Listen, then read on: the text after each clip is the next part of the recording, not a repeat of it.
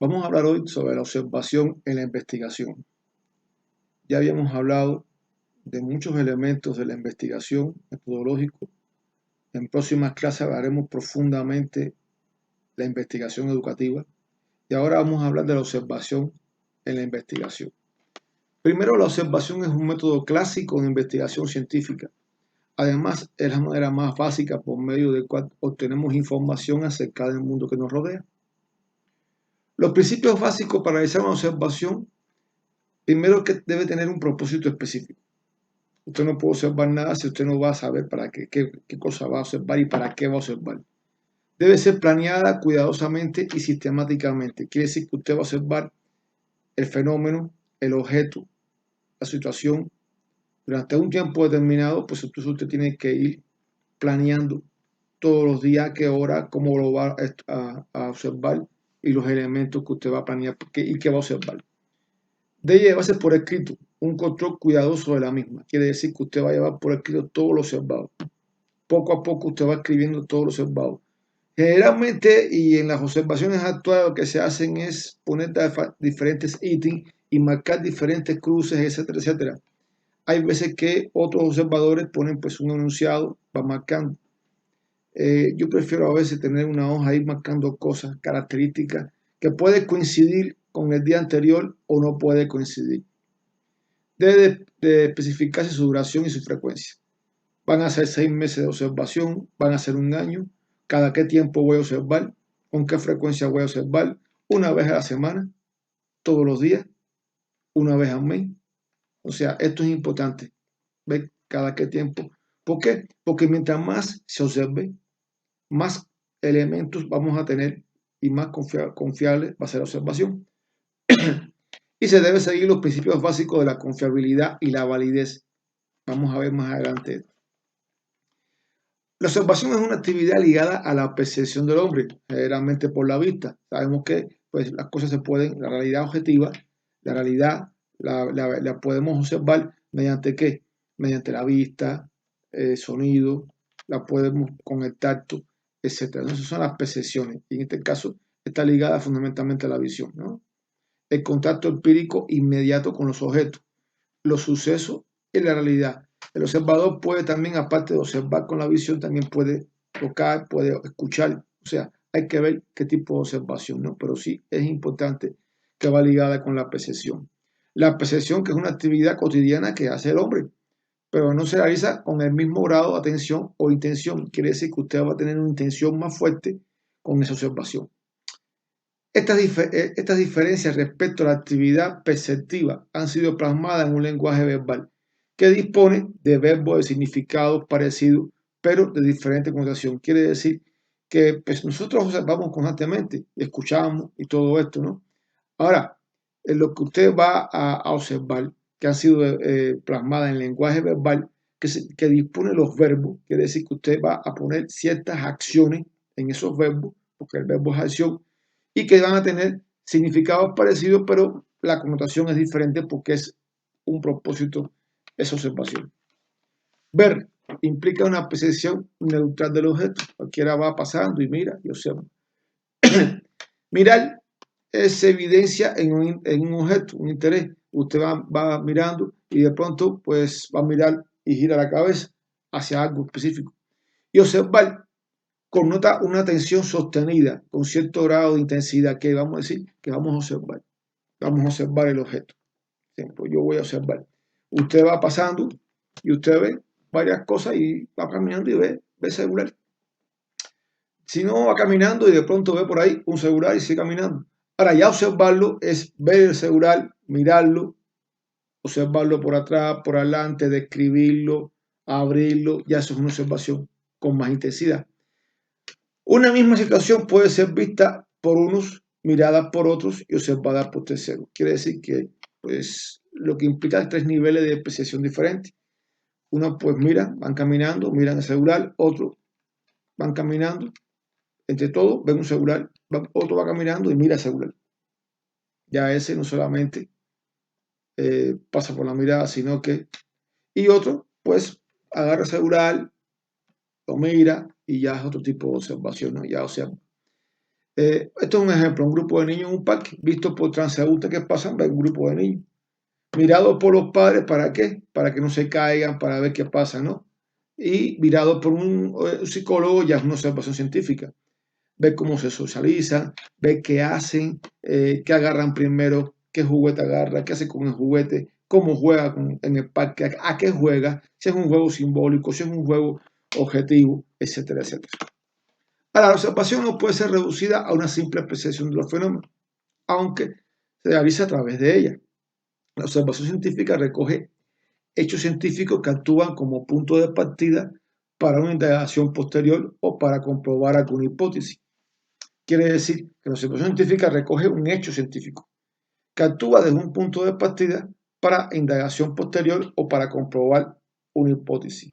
La observación científica como método de conocimiento empírico es la percepción dirigida a la obtención de la información sobre los objetos, los fenómenos de la realidad. Es un método empírico de investigación, observación, claro, por supuesto. Y como método empírico, pues entonces este método va a ir dirigido a la obtención de información sobre los objetos o los fenómenos de esa realidad que la estamos viendo, ¿no? A través de la observación científica se puede alcanzar una comprensión objetiva de esa realidad. Usted observa y ya con esa observación de la realidad usted puede entonces alcanzar esa comprensión. La observación fue el primer método científico empleado durante mucho tiempo, una forma básica de obtener información. Su importancia como método es que nos permite obtener información sobre nuestro objeto de investigación tal y como éste se da en la realidad. Es una forma directa, inmediata, que se da en la realidad. Es una forma directa, inmediata, de obtener información sobre un fenómeno u objeto que está siendo investigado, que está siendo observado. La observación impulsa el descubrimiento. Todo el que observa descubre siempre algo de cuestiones de interés científico y provoca planteamiento de problemas e hipótesis. Quiere decir que usted está descubriendo cuestiones de interés científico y provoca que usted plantea una hipótesis sobre lo que ha observado. Bueno, y de asegurar, ¿tendrá pila? ¿Estará apagado? ¿Estará encendido? ¿Servirá? ¿No servirá? Y puede ser utilizado en compañía de otras técnicas permitiendo la comparación de los resultados y ganando precisión. Puede estar, la observación puede estar acompañada de la encuesta, de la entrevista, de la investigación. Usted hace una investigación o inclusive, digo, de la investigación, no de la práctica, o sea, del análisis. Y entonces vamos a ver ciertos elementos de métodos empíricos y teóricos que están ligados, ¿no? Y el experimento la observación y el experimento van de la mano. O sea, tú estás haciendo un experimento y estás observando constantemente. Entonces, hay muchos elementos que se unen a la observación o que se acompañan. La observación ocasional puede ser casual, puede ser espontánea, puede ser muy subjetiva. La observación ocasional es cuando usted pasa por algún lugar y observa, mira, es casualidad que lo vio, ¿no? Es casualidad, vio el celular, es espontánea y es muy subjetiva. La observación científica, por lo contrario, es consciente, es sistemática, es objetiva. Quiere decir que lo voy a observar, que quiero observarlo. Y lo voy a observar y lo voy a observar mañana y pasado a ver cuánto dura la pila. Y es objetiva porque la abro, porque la estoy viendo y porque está validado de que estoy observando. La observación científica es consciente por cuanto se orienta a un objetivo, a un fin determinado mediante un criterio selectivo. Quiero descubrir qué hay dentro del celular. Determinado dentro de un conjunto de características o aspectos que resulta posible observar en el objeto o objeto de nuestro interés. Fíjense bien, en el objeto o objeto de nuestro interés, aquella que resulta de importancia relevante en correspondencia a nuestra hipótesis. Quiere decir que lo que yo estoy observando resulta es en el objeto o objeto de nuestro interés, aquella que resulta de importancia relevante en correspondencia a la hipótesis que yo me planteo. El carácter sistemático de observación científica está dado por el hecho de que para su ejecución es preciso tener en cuenta los principios, tareas y plazos específicos. Quiere decir que la observación tiene principios, tareas y plazos específicos, donde tiene una percepción planificada, cuidadosamente de sus etapas, con respecto a los medios necesarios. Por otra parte, los hechos observados se anotan de manera precisa y ordenada, a fin de lograr la formalización, el control y la corrección de la información adquirida. Entonces hay que anotarlo, hay que escribirlo. Lo que tú observas hay que anotarlo. El carácter objetivo de la observación científica está determinado por la necesidad de alcanzar una comprensión objetiva de los hechos o fenómenos de la realidad. Ese es el carácter objetivo de esa observación. Desde un punto de vista científico, usted lo que va es a alcanzar la comprensión objetiva de hechos y fenómenos. Para que la observación científica sea objetiva, debe de cumplir validez y confiabilidad. Son como requisitos indispensables, que sea válido y que sea confiable esa observación. La observación, para que sea válida, se alcanza cuando mediante la observación recogemos la información de todo y de cada uno de los indicadores y variables contenidos en nuestra hipótesis. Es decir, que mide lo que dice medir. Recordemos que cada una de estas variables han sido previamente definidas y operacionalmente. Confiabilidad. La observación es confiable cuando la guía de observación que usted como instrumento va a hacer para el levantamiento de la información incluye todo lo que va a ser observado. Contiene todos los aspectos observables de modo claro, preciso, de modo que sea posible que observadores diferentes, aplicando la misma guía en un momento determinado, comprendan de igual manera la forma de aplicarla, que es lo que va a observar. Para ello, la guía de observación debe estar libre de toda ambigüedad y no debe admitirse errores en la interpretación. Ahora, hay una parte subjetiva en la observación, que quiere decir que todos los observadores no observan lo mismo. Tipos de observación. Existen diferentes formas de clasificar observación como método de investigación. Una de las más extendidas y la más aceptada es la observación propia, observación ajena, es propia, ¿no? Y la ajena. O sea, vamos a ver las diferencias. Está la observación propia y está la observación ajena. Está la observación participante, donde usted participa, y la observación no participante, donde usted o pone un video o simplemente manda a alguien a observar. La observación abierta, donde usted llega a un grupo clase, se sienta y todo el mundo lo ve.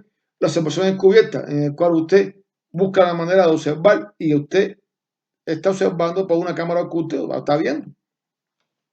La observación estructurada, donde usted va a hacer toda una estructura de guía de observación, qué cosa va a observar, por qué va a observarlo, y la no estructurada, la que usted simplemente anota ciertos elementos que usted está viendo, observando y mirando. Bueno, estas son las características más generales de la observación. Existen muchísimos más elementos de la observación que tienen que ver con las bases filosóficas de cómo se observa, muy importante. Recuerden que todo, la ciencia tiene base filosófica, la educación igual, y los elementos de la investigación tienen base filosófica. Entonces, en dependencia de la base filosófica que usted sustente, así será la observación. Esperemos que con esto se evacúen cualquier tipo de duda con observación que vamos a profundizar después en la segunda parte de la metodología de la investigación en la educación. Hasta aquí esto de observación. Muchas gracias.